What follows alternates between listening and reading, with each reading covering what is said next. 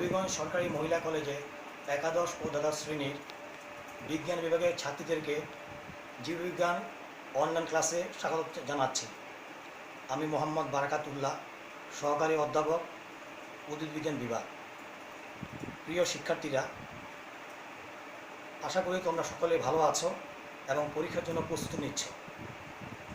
তোমরা সকলে অবগত আছো যে বর্তমান করোনা ভাইরাস সংকট পরিস্থিতিতে বাংলাদেশের সকল প্রতিষ্ঠানের শ্রেণী কার্যক্রম বন্ধ।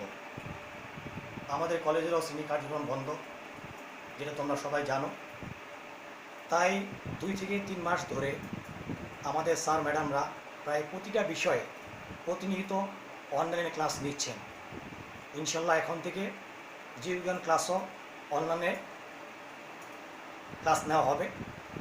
আমি আশা করব তোমরা প্রত্যেকে নিয়মিত অনলাইন ক্লাসে অ্যাটেন্ড করবে এবং অন্য যারা আছে তাদেরকে ক্লাসে অ্যাটেন্ড করার জন্য উদ্বুদ্ধ করবে।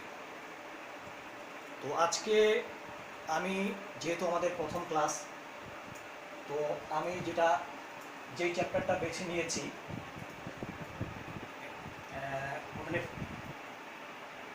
ওখানে থেকে 8ম অধ্যায় টিস্যু ও টিস্যুতন্ত্র। তোমরা বোর্ডে দেখতে পাচ্ছ, এখানে লেখা আছে। আমি স্যাম্পল হিসেবে বোর্ডের একটা প্রশ্নকে আমি এখানে নিয়ে এসেছি, ঢাকা বোর্ড 2017। তো টিস্যুতন্ত্র চ্যাপ্টারটা আমি নেওয়ার কারণ হচ্ছে যে গত বছর এখান থেকে কোনো প্রশ্ন সিলেক্ট বোর্ডে আসে, সো এটা আমাদের জন্য খুবই ইম্পর্ট্যান্ট। আশা করি এখান থেকে প্রশ্ন আসবে। তো ঢাকা বোর্ডের একটা মডেল প্রশ্ন আমি বেছে নিয়েছি 2017 সালে। এটা ইম্পর্টেন্ট। এই ধাঁচের অনেক প্রশ্ন কিন্তু এসে থাকে। তো প্রথমে আমরা উদ্দীপকের দিকে একটু খেয়াল করি। এখানে এম আছে, ও আছে, এন আছে। এম দিয়ে এখানে যেটা বোঝানোর চেষ্টা করা হয়েছে সেটা হচ্ছে জাইলেম, কিন্তু আসলে আমরা যেটা জানি, ছবিটা একটু ভুলে এসছে। আমরা জানি যে স্ট্রাইপ যে করা, এভাবে যে আর ফোটা ফোটা ডট, যেটা এটা ফ্লোয়েমকে নির্দেশ করে, আর জাইলেম হচ্ছে স্ট্রাইপ। তো জাইলেম সাধারণত এটা নিচের দিকে থাকবে ছবির মাঝে, আর ফ্লোয়েম থাকবে উপরের দিকে। তো এই এম দিয়ে জাইলেমকে নির্দেশ করছে, এন দিয়ে ফ্লোয়েমকে, আর ও দিয়ে ক্যাম্বিয়াম। তো এখানে প্রথম যে প্রশ্ন এসেছিল, কতে হচ্ছে পেরিসাইকেল কি, ক্ষতে একবীজপত্রী উদ্ভিদের কাণ্ড ও মূলের দুটি পার্থক্য লিখো, আর গদে হচ্ছে এম ও এন এর কাজ লিখো। আর ঘতে যেটা এসছে, এম ও এন এর অবস্থান ভিত্তিক শ্রেণীবিন্যাস চিত্র সহ বর্ণনা করো। এই প্রশ্নটা সলভ করতে গিয়ে কিছু বেসিক জিনিস আমি মনে করি তোমাদের সামনে আলোচনা করা খুবই দরকার। আমরা সবাই মোটামুটি সকলে জানার কথা, এই উদ্দীপক যে ছবিটা যেটা বলে এসছে, এটা ভাস্কুলার বান্ডল থেকে এসছে। আর ভাস্কুলার বান্ডল ইংরেজি শব্দ, যেটা বাংলা হচ্ছে পরিবহন কলাগুচ্ছ। আমরা জানি জাইলেম ও ফ্লোয়েম এই দুটোর সমন্বয়ে যে কলাগুচ্ছ, এটাকে বলা হয় ভাস্কুলার বান্ডল। এর মাঝে জাইলেম হচ্ছে ভূগর্ভস্থ বা মাটির স্তর, পানি, খাদ্যরস, খনিজ লবণ এই জাইলেম বাহিকার মাধ্যমে উদ্ভিদ বিভিন্ন অংশে পৌঁছায় দেয়। আর জাইলেমের আরেকটা কাজ হচ্ছে, এটা উদ্ভিদের বিভিন্ন অঙ্গে দৃঢ়তা প্রদান করে, খাদ্য সঞ্চয় করে। অপরপক্ষে এখানে যে ফ্লোয়েমের কাজ হচ্ছে উদ্ভিদের পাতা বা বিভিন্ন অংশে প্রস্তুতকৃত খাদ্য বিভিন্ন জায়গায় পৌঁছায় দেওয়া। সাথে সাথে ফ্লোয়েম আরো দুটো কাজ করে, উদ্ভিদের বিভিন্ন অঙ্গে দৃঢ়তা প্রদান করে, আর পাশাপাশি খাদ্য সঞ্চয় করে। এখন আসা যাক ও হচ্ছে ক্যাম্বিয়াম। ক্যাম্বিয়ামটা কি আসলে? ক্যাম্বিয়াম হচ্ছে এক ধরনের ভাজক কলা। এটা উদ্ভিদের গৌণ বৃদ্ধি ঘটায়। আমরা জানি উদ্ভিদের বৃদ্ধি দুই রকম, একটা হচ্ছে প্রাথমিক বৃদ্ধি, প্রাইমারি গ্রোথ বলে ইংলিশে, আর একটা হচ্ছে সেকেন্ডারি গ্রোথ, গৌণ বৃদ্ধি বলে। প্রাথমিক যে গ্রোথ বা বৃদ্ধি যেটা, এটা চোখে অতটুকু দেখা যায় না, চোখে পড়ে না, খুব বড় ধরনের বৃদ্ধি না। আর সেকেন্ডারি বৃদ্ধি যেটা, গৌণ বৃদ্ধি যেটা বলে, এটা চোখে পড়ার মতো বৃদ্ধি। যেমন আমরা যদি লক্ষ্য করি আম, জাম, কাঁঠাল, লিচু, এটা হচ্ছে দ্বিবীজপত্রী উদ্ভিদ। এখানে এত বৃদ্ধি, এটা একটাই কারণ, এখানে ক্যাম্বিয়াম উপস্থিত। আর অপরপক্ষে একবীজপত্রী উদ্ভিদে যদি আমরা তাকাই, ধান, গম, ভুট্টা, পেঁয়াজ, রসুন, এগুলোর বৃদ্ধি সীমিত আকারে, অল্প আকারে বৃদ্ধি। তো এখানে কেন অল্প আকারে বৃদ্ধি? একটাই কারণ, ক্যাম্বিয়াম অনুপস্থিত। তো এখন চলো আমাদের যে প্রশ্ন আছে, যদি আমরা নাম্বার থার্ড অর্থাৎ গতে যদি চলে আসি, তো প্রথমে আসছিল কি এম এর কাজ কি যেটা বলা হয়েছে, ও এর কাজ কি, এটা হচ্ছে উদ্ভিদের গৌণ বৃদ্ধি ঘটায়, ও হচ্ছে ক্যাম্বিয়াম। আর এন যেটা এন হচ্ছে ফ্লুয়েড, এটার কাজও একটু আগে বলা হয়েছে। এখন আমরা যে ক আর খ, এটা পুরো লেকচার যখন শেষ হয়ে যাবে, অর্থাৎ খ যখন আমরা আনসার বোঝাবো বা আলোচনায় আসবো, তখন আলটিমেটলি ক আর খ আনসার দেওয়া সহজ হয়ে যাবে। এই কারণে আমি এখন এম ও এন এর অবস্থান বৃদ্ধি, অর্থাৎ জাইলেম ও ফ্লোয়েমের অবস্থান অনুসারে এই ভাস্কুলার বান্ডলের যে শ্রেণীবিন্যাস, এটা চিত্র সহকারে বোঝানোর চেষ্টা করি। তো যেটা একটু আগে আলোচনা করেছি, জাইলেম ও ফ্লোয়েমের অবস্থান ভিত্তিক শ্রেণীবিন্যাস, আমরা একটু যদি তাকাই বোর্ডে, এখানে লেখা আছে জাইলেম ও ফ্লোয়েমের অবস্থান ভিত্তিক শ্রেণীবিন্যাস, যেটা ঢাকা বোর্ডে 2017 সালের যে প্রশ্নটা 4 নম্বর প্রশ্ন, অর্থাৎ ঘতে যেটা ছিল সেটাই আনসার এখানে ছবি আকারে দেখানো হয়েছে। প্রথমে আমি 4টা শ্রেণীর কথা উল্লেখ করি। প্রথম আমরা দেখতে পাচ্ছি অরীয়, বদ্ধ সমপার্শ্বীয়, মুক্ত সমপার্শ্বীয়, 4 নম্বর হচ্ছে সমদ্বিপার্শ্বীয়। অনেক সময় প্রশ্নটা এইভাবে আসে, পুষ্পক উদ্ভিদে ভাস্কুলার বান্ডলের শ্রেণীবিন্যাস ব্যাখ্যা দেয়।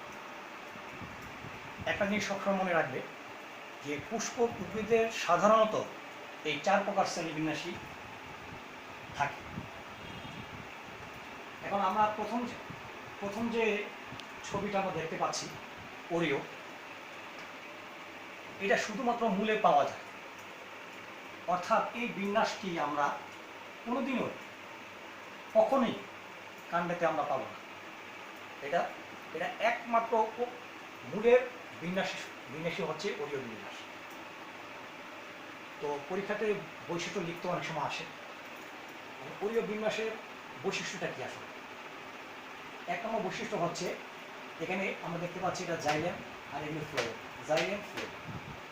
জাইলেম ও ফ্লোয়েম একান্তভাবে সজ্জিত। একান্তভাবে সজ্জিত মানে একটার পর একটা আসতেছে, এটাকে বলা হয় একান্তভাবে সজ্জিত। দ্বিতীয় বৈশিষ্ট্য হচ্ছে এখানে এই যে জাইলেম ও ফ্লোয়েম পৃথক ব্যাসার্ধে অবস্থান করছে। আমরা যদি এটাকে একটা বৃত্ত ধরি, এটাকে কেন্দ্র ধরি, তো এখান থেকে জাইলেমের ব্যাসার্ধ যতটুকু, আর এখান থেকে ফ্লোয়েমের ব্যাসার্ধ কিন্তু কম বেশি।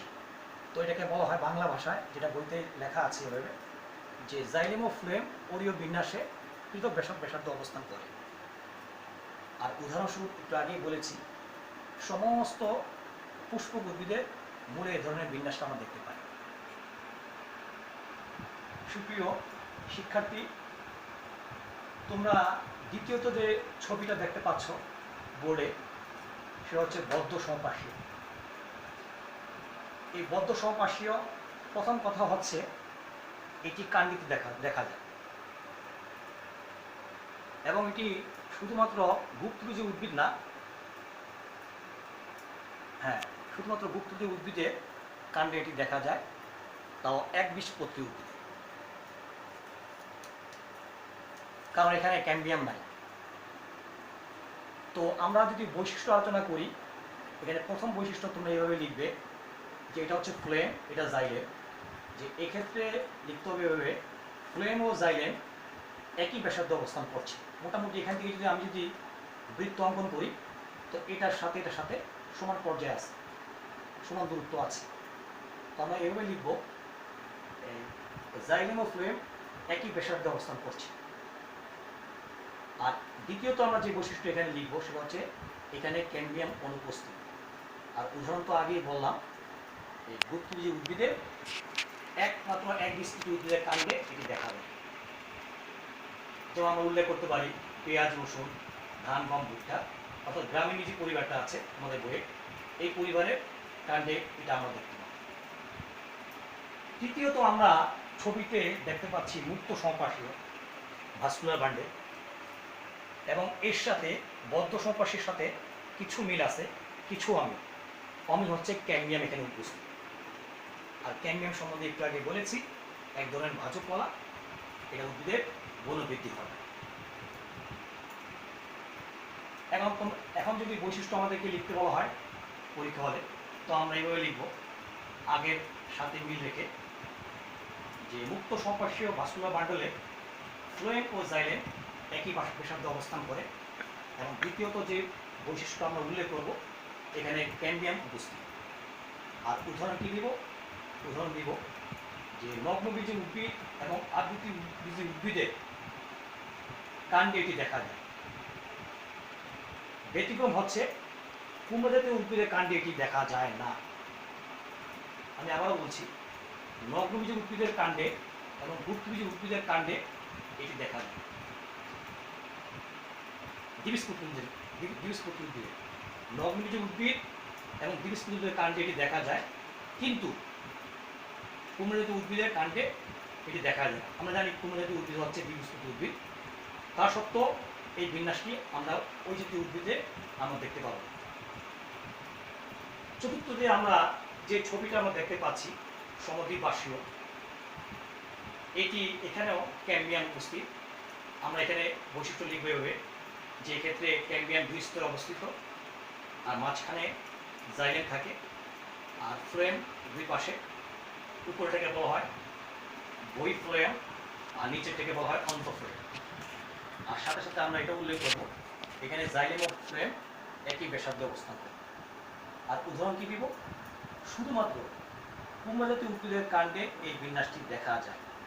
মিষ্টি কুমড়া, চাল কুমড়া, লাউ, এই জাতীয় উদ্ভিদে আমরা এই বিন্যাসটি দেখতে পাই।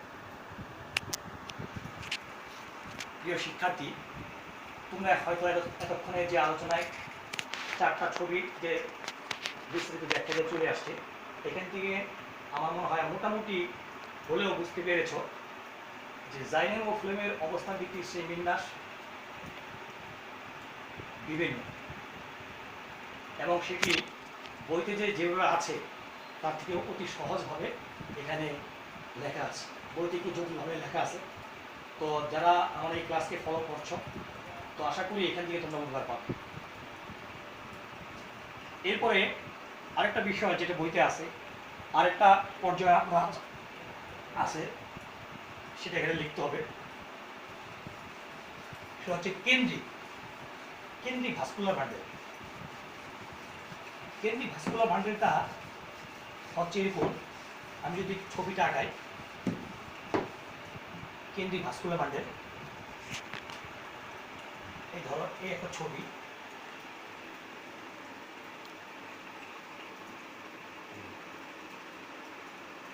যেহেতু স্ট্রাইপ হচ্ছে জাইলেমের চিহ্ন, জাইলেম, আর ফোটা হচ্ছে ফ্লোয়েম। তাহলে কেন্দ্রিক ভাস্কুলার বান্ডেল আসলে দুই রকম, একটা হচ্ছে জাইলেম কেন্দ্রিক, আর হচ্ছে ফ্লোয়েম কেন্দ্রিক। তো ফ্লোয়েম কেন্দ্রিক আর ছবিটা না আঁকলে চলে, এখান থেকে আমরা বুঝতে পারবো। এখানে জাইলেম কেন্দ্রিকের বিষয়টা এরকম, যে ক্ষেত্রে কেন্দ্রে থাকে জাইলেম, আর তাকে চারদিকে আবদ্ধ করে আছে কি এই ফ্লোয়েম। এটাকে ইংরেজি বলে ল্যাপ্টোসেন্ট্রিক, হাইড্রোসেন্ট্রিক, মানে জাইলেম কেন্দ্রিক, ইংলিশে বলে হাইড্রোসেন্ট্রিক। প্রশ্ন হচ্ছে যে স্যার এটা কোথায় পাওয়া যায়? এটা শুধুমাত্র টেরিডোফাইটা অর্থাৎ টেরিস, লাইকোপোডিয়াম, বইতে এই দুটাই উল্লেখ আছে, তোমরা উদাহরণ হিসেবে এই দুটাই দিবা, লাইকোপোডিয়াম আর হচ্ছে টেরিস। এই দুই জায়গার বিন্যাসে আমরা এটা দেখতে পাবো, যেটাকে বলে হাইড্রোসেন্টিক ইংলিশে, বাংলা হচ্ছে জাইলেম কেন্দ্রিক। অপরদিকে আমি যদি এই ছবিটা যদি মুছে যদি মাঝখানে যদি আমি ফ্লোয়েম আঁকি আর এইদিকে যদি আমি জাইলেমকে আঁকি, তাহলে এটার নাম হয়ে যাবে ল্যাপ্টোসেন্ট্রিক অর্থাৎ ফ্লোয়েম কেন্দ্রিক, যার উদাহরণ হিসাবে বইতে আছে ড্রাসিনা, আছে ইয়ক্কা। এই দুটো উদ্ভিদের কথাই বিভিন্ন রাইটারের বইতে আমরা দেখতে পাই যে আমরা ফ্লোয়েম কেন্দ্রিক বিন্যাস এখানে দেখতে পাই।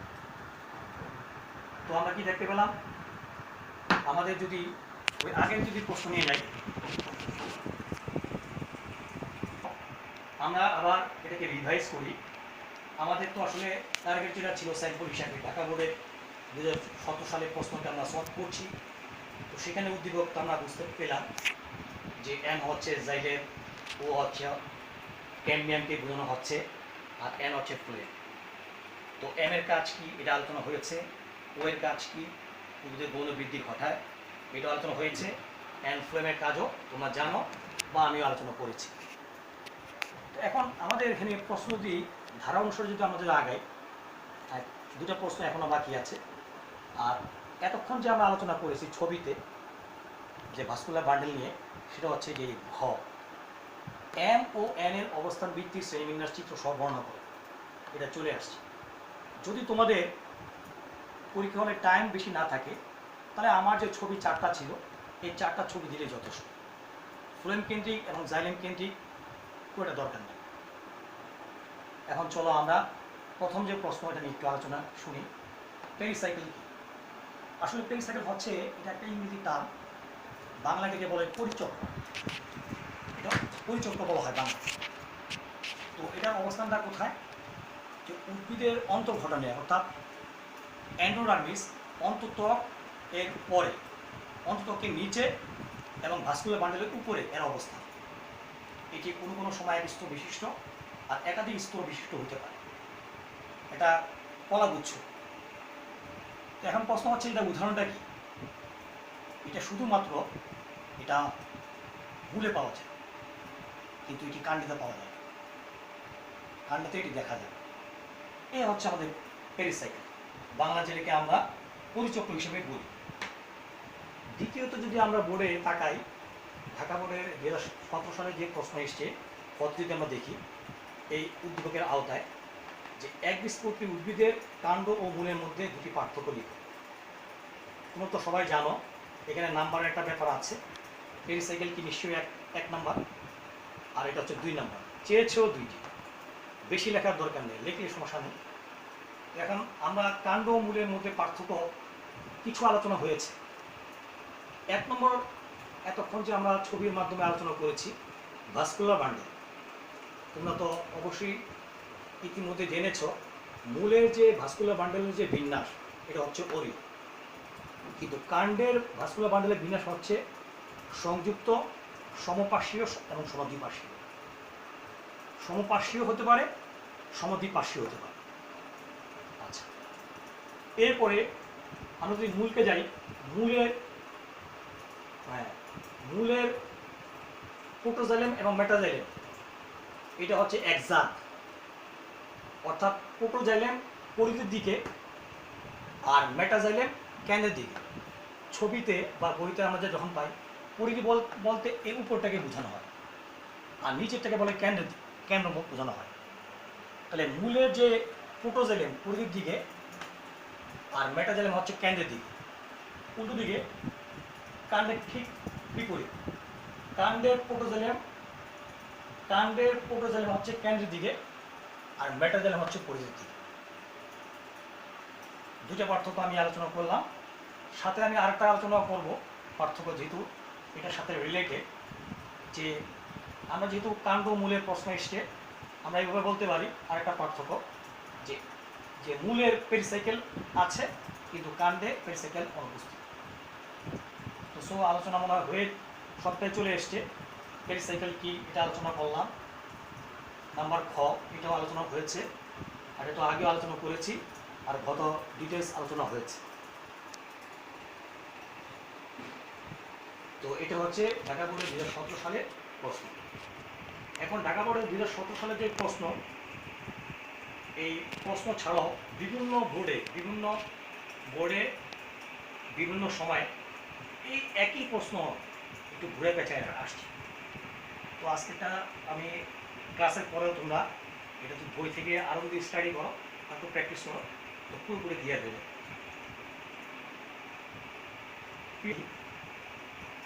তোমাদেরকে আজকে তো আসলে বেশি আলোচনা করা ঠিক না, আজকে আলোচনা এই পর্যন্তই।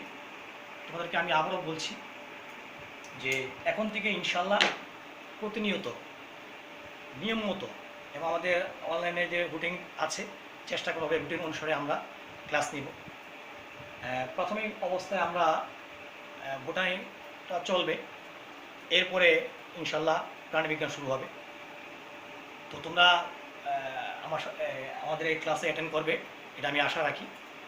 আর তোমরা যারা বিশেষ করে দ্বাদশ শ্রেণী যারা পরীক্ষার্থী আছো, এই পরীক্ষার ব্যাপারে খুব সিরিয়াস থাকো, কারণ পরীক্ষা যে যদিও আমরা বুঝতে পারছি এখন পরীক্ষা হবে না, কিন্তু সময়টা যদি একটু গ্যাপ হয়ে যায় তো যা শিখেছো সব ভুলে যাবে।